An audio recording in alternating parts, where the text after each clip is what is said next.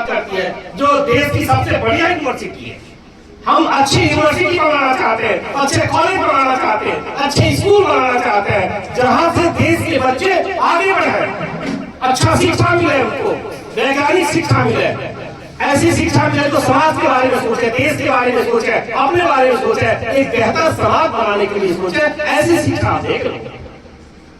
शिक्षा को, स्वास्थ्य को, ये प्रमुख एजेंडा रहेगा हमारा,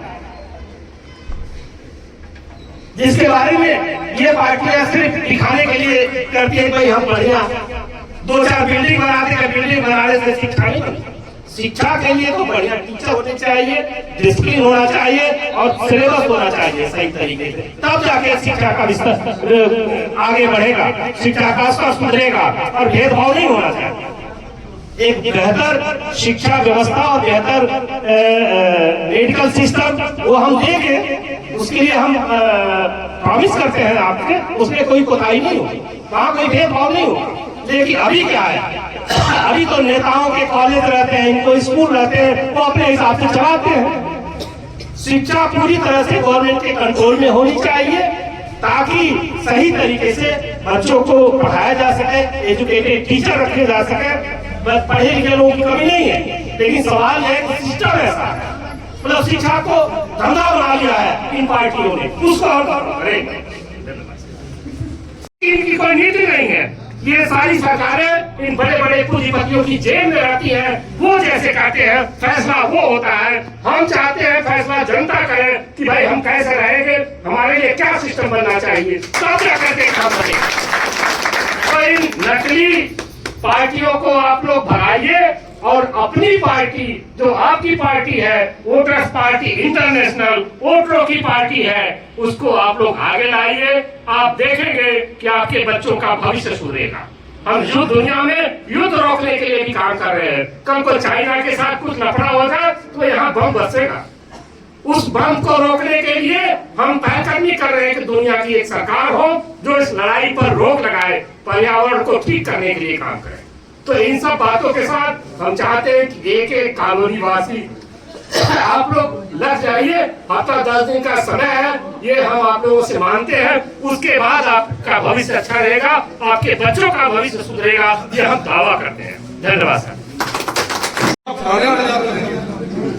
अगर इसकी जगह हम रोजगार डेवलप करें, 8,500 रुपये मत दो, क्योंकि 8,500 रुपये अपंग बना रहे हैं आपको, समझ ठीक है जी। 8,500 रुपये अपंग बनाता है, कोई भी फ्री में मत लो कोई चीज। अगर लेनी है कि तो शिक्षा और बस ये 2 चीजें करना, आप काम करो और पोल्यूशन पे काम करो, ताकि किसी को साफ मिल सके, स्वच्छ पानी मिल सके। क्योंकि आज लोगों के पेट इतने खराब है, जो मेन मुद्दे मत बढ़ जाओ, आप काम करो, जरूर करो, अच्छी बात है, आनी चाहिए, हर पार्टी को भी आना चाहिए। कोई ऐसी दिक्कत नहीं कि सिंगल एक पार्टी का वर्चस्व नहीं होना चाहिए। और कहने का मतलब ये है कि बच्चों की पढ़ाई के ऊपर क्या करना चाहोगे, हमारे को उसके बारे में गाइडेंस करो, हमारे को फ्री नहीं चाहिए किसी प्रकार की। लेकिन ये जो पर्यावरण के ऊपर है, जो नशों के ऊपर है, जो पढ़ाई के ऊपर है, कि बच्चे पढ़ लिख के आगे कैसे बढ़े, ठीक है, और पढ़े लिखे बच्चों को रोजगार कैसे मिले, इन चीजों पे आप हमारे को समझाएं। धन्यवाद। में महिला कार्यकर्ता भी हैं, वो भी बहुत एक्टिव हैं, और मैं उसमें महिला कार्यकर्ता में एक छोटी सी लड़की है शीतल, मैं उसको बुलाना चाहूंगा कि अपने वो 2 शब्द 2 मिनट में खत्म करे। शीतल हमारी कार्यकर्ता है, वोटर पार्टी।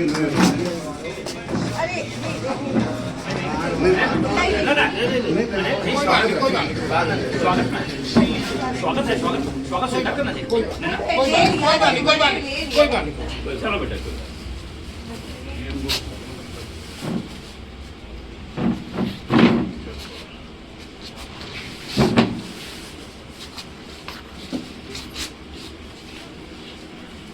जी, मेरा नाम शीतल है और मैं महिला मोर्चा जिला अध्यक्ष हूँ, बरेली से हूँ मैं। और मैं आप लोगों को बताऊं कि पार्टियां तो अनेक होती हैं, जैसे कि पार्टियां बहुजन समाज पार्टी, बीजेपी, भाजपा, मतलब जो भी है बहुत सारी, मतलब जितनी पार्टियां हैं, पार्टियां तो अनेक हैं। लेकिन आपने ये सुना होगा किसी भी पार्टी के सामने इंटरनेशनल नहीं है। लोग इंटरनेशनल नाम सुनता है तो लोग घबरा जाता है कि भाई ये क्या बला है, ये क्या चीज आ गई है कि जो इंटरनेशनल है। तो लोगों को ये नई पार्टी के बारे में पता लगता है तो लोग पहले बोलते हैं ये कोई ऐसी छोटी मोटी पार्टी आ गई होगी जो हमें लूटने खाने के लिए है, लेकिन ये लूटने खाने के लिए नहीं है। ये बता दिया जाए कि वोटरों के जनहित के लिए ही है। और ये याचिका कम से कम 2 दिसंबर 2011 को वोटरों को, हर वोटर के लिए संसद में ये 137 सांसदों ने साइन किए थे कि हर वोटर के लिए 8,500 प्रति माह मिलना चाहिए। लेकिन ये क्या हुआ कि जो दलाल पार्टियां हैं उन्होंने ये बात हमें ना बता करके उसे दबा दिया, और हमें ना बता करके उसे क्या किया कि आज तक कहीं कोई सी योजना चलाई, कहीं कोई सी योजना चलाई, और थोड़ा मतलब राशन पानी या कुछ ना कुछ थोड़ा थोड़ा देते रहे। लेकिन ऐसा नहीं करते हैं कि हर व्यक्ति के लिए वोटर पेंशन देना जरूरी समझे। अगर ये वोटर पेंशन देना समझेंगे वो, तो उससे इन्हें बहुत नुकसान होगा। जो 3% अडानी अंबानी है तो उन्हें बहुत बड़ा नुकसान होगा।